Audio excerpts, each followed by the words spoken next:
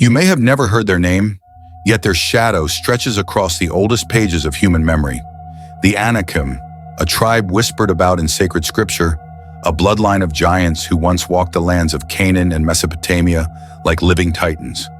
To the ancient world, they were more than men.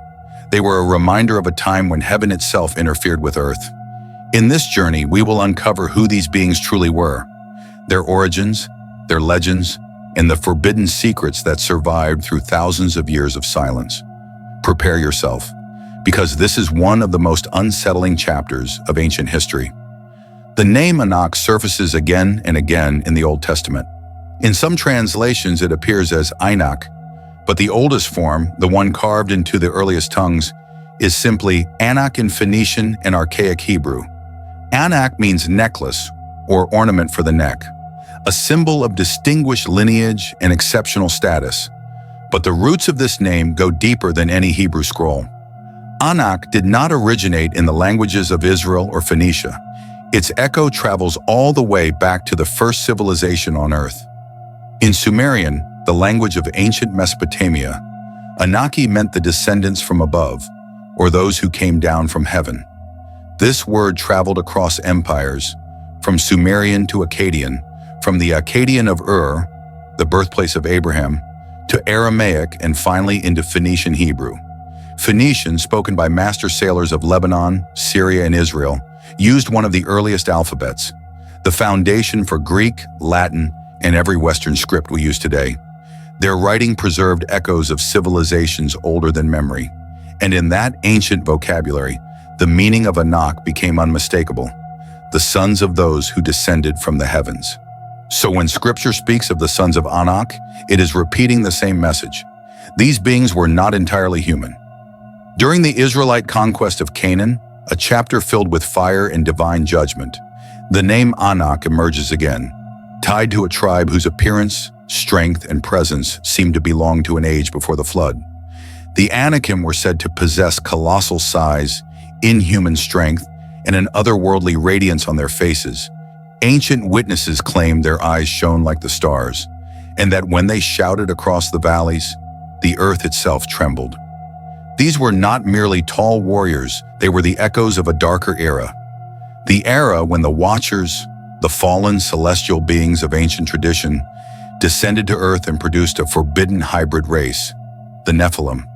When the flood nearly erased that corruption, a few fragments escaped. Among those survivors were the ancestors of the Anakim.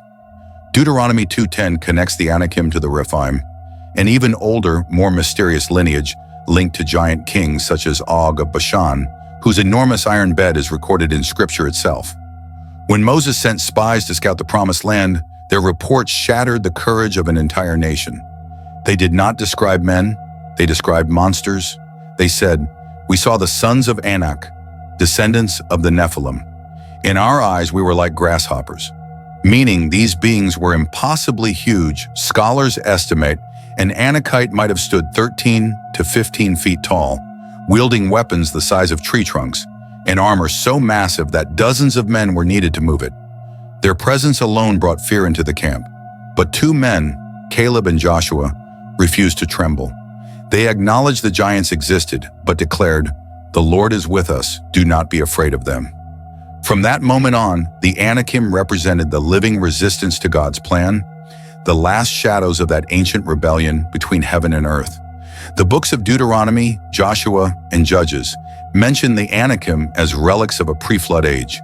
Their cities were fortified with gigantic stones, their thrones carved from blocks so massive that modern engineers still cannot explain their construction. One of the greatest heroes to face them was Caleb. Decades after spying the land, now an old man, he returned to Hebron and confronted the three legendary chiefs of the Anakim, Sheshai, Ahiman, and Talmai. He defeated all three, reclaiming a land haunted by dread for generations.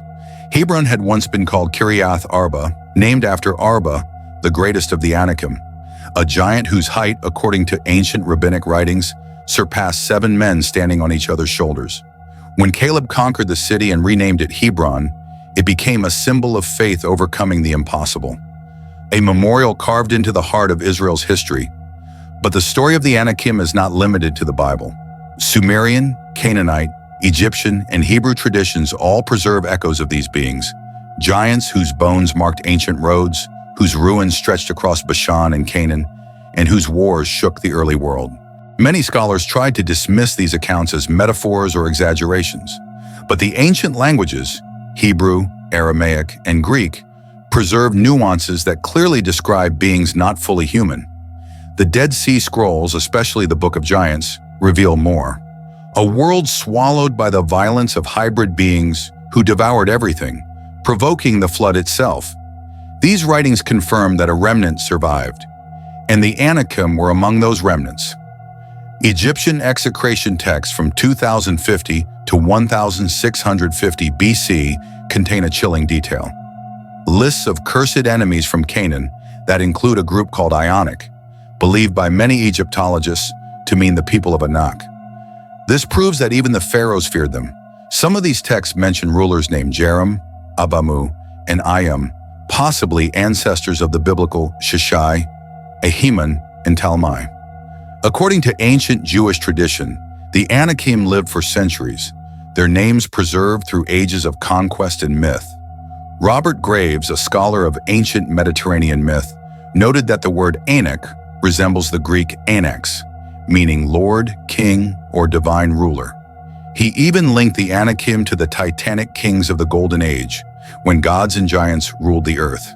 Hebrew texts, Ugaritic writings, and apocryphal accounts describe these giants as 4 to 5 meters tall, wielding weapons heavier than oxen and stones dozens of men could not lift. Their fortresses, especially in Bashan and Hebron, were built with unmatched engineering. Rabbinic stories say the Israelites once saw Anakim training from afar, leaping from hill to hill with enormous stones, their bodies denser than human flesh, and their eyes glowing with a remnant of heavenly fire. The Egyptians feared them. The Canaanites revered them. The Hebrews battled them, and their memory survived in every ancient civilization touched by their shadow. Even Josephus, the first-century Jewish historian, wrote of them. Their bodies were so large and their faces so unlike other men that they caused both wonder and terror. Josephus claimed that in his own day, the bones of these giants were still displayed as relics, bones unlike any human frame. Over time, the Anakim were wiped out by Israel and other nations. Most perished. Some survived long enough for legends to form. One became famous forever, Goliath, the giant slain by David. Others disappeared into the silence of history, but their traces remain in scripture, in mythology, in archaeology, and in memories preserved across thousands of years. They are the lingering evidence that giants once walked with men. If you wish to explore deeper into the Nephilim, the Watchers, the Forbidden Unions, and the archaeological proof buried beneath the sands, let me know in the comments. There is much more to uncover about the giants of the ancient world. May God bless you, and I'll see you in the next chapter.